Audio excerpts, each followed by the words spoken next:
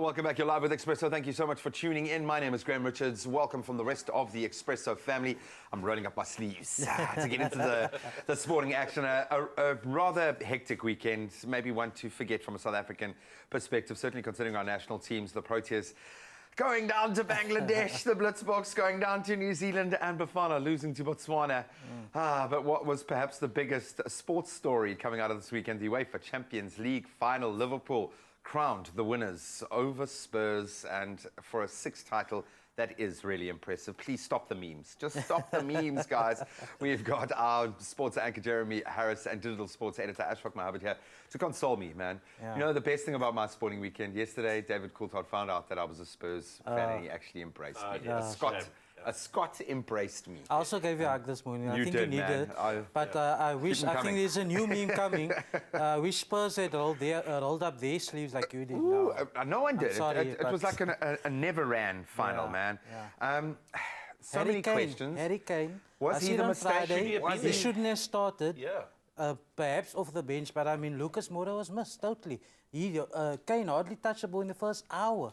Harry Winks, last 25 both Harrys, I think, were probably not done a favour by being put in that team. Take nothing away from Liverpool, but maybe it was a bit of a damn squib because we expected so much from it. This was going to be the exhibition of English football after the best season how about that start, though? I mean, I don't think there would have been any pundit would have said that would have been the way that the final would have started, and I mean, a lot of controversy in terms of the... And poor Moussa Sissoko as well, because he's been amazing this season. He's been probably one of the most improved Spurs players, but that could have gone two ways. That could have inspired Spurs to play attacking football, to wake up, and you could see the likes of Sonny was there. He was up for it. More of the few opportunities that he did get, he was up for it, but this maybe is balance to the force and what Klopp deserves, what this Liverpool side deserves after an unbelievable season. But I think it spoiled the final as a result, because then Liverpool could just back off a bit, consolidate and their defensive structure and all of that, because it didn't force him to come out and play.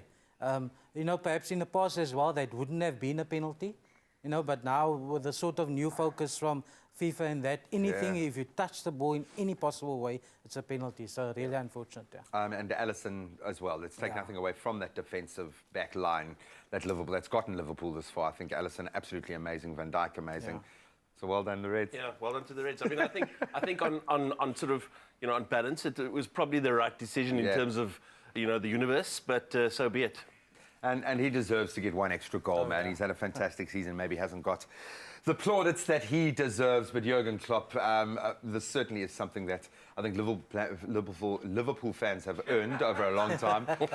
He struggles to say it. He really struggles to say that. So he gives out more than just hugs now, Jurgen Klopp. Oh man, it's rough, man. No, take nothing away. I've got a lot of really good mates who are Liverpool fans. Believe it or not, I'm saying that in public, and it is thoroughly deserved. So well done to Liverpool, a sixth UEFA Champions League trophy. That is absolutely amazing. So I'm trying to find something positive. Let's talk the Safa Cup. The pain. And again, it has to be against like one of our neighbours or someone really close. The pain of that. This was a young Bafana side. What do you make of to lose on penalties is never great. Because then it puts so much of that responsibility on one player, Tebogo Mokoena, obviously carrying the can for this one, having a spot kick. But I would have thought that we would have had enough firepower to do the job in the regulation. It looks like we did. Yeah, I mean, they were 2-0 up. So you thought from there, okay, this game is done. Suddenly, and then they conceded equalizer in injury time, and what a mess. I hope things are going to get better in AFCON. Look, it will be a much stronger squad, obviously. And also, the Miss Keegan Dolly, who was going to play, who subsequently picked up another injury in training in the week. So I hope he's going to be ready for AFCON. How are you feeling about AFCON, honestly, here? Because now we're up against the big guns, and this is something we know that we've got a proud history there in heritage, but where Bafana is right now? I mean, I suppose it doesn't make it sense, but I feel as if we've got a really good, platform to build from. I know it hasn't been the result we wanted, excuse me, but I think that what we're looking at is a Bafana squad which is different in a lot of respects to our COSAFA squad. And I think Stuart Baxter is going to, really put them through the paces, point to the fact that you take nothing for granted. And we'll, get them on red alert straight away. The prep will be much better, definitely. It's going to be warm-up games and a whole camp and everything. Yeah, and with a bit of fallout after a very busy year of football. So again, I look for something positive as we move to Paris. So the Paris Sevens, no, take nothing away. The Springboks bronze medal, great. They've qualified for the Olympics after a shaky start. I think this is fait accompli. Yeah, certainly with the squad that they had throughout the season, losing The players injuries, from yeah. Cape Town, Dubai, throughout, you know, even the last week, some guys had to fly up for this tournament. Yeah, in the last few days, absolutely. Yeah. So I think it's a great effort to at least secure the Olympic qualification. That was goal number one.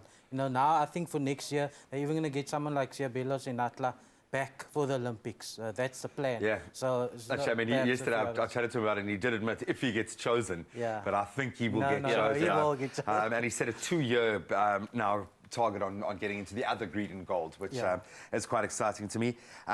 Super Rugby, just very quickly, one positive result? Look, I mean, I quite like the fact that the Crusaders, it wasn't yet another win for them. It wasn't just a procession. I quite like the fact that the Chiefs really made their work and gave them a hard run on the weekend. I think that the Lions really surprised a lot of pundits in terms of the way they came away with the win against the Stormers. Rugby, we love it. And then I mean that 22-22 draw for the Bulls. Who seem to be specialists at drawing rugby matches these days, but also something that was entertaining. That kind of paints a picture of the entire Super Rugby season.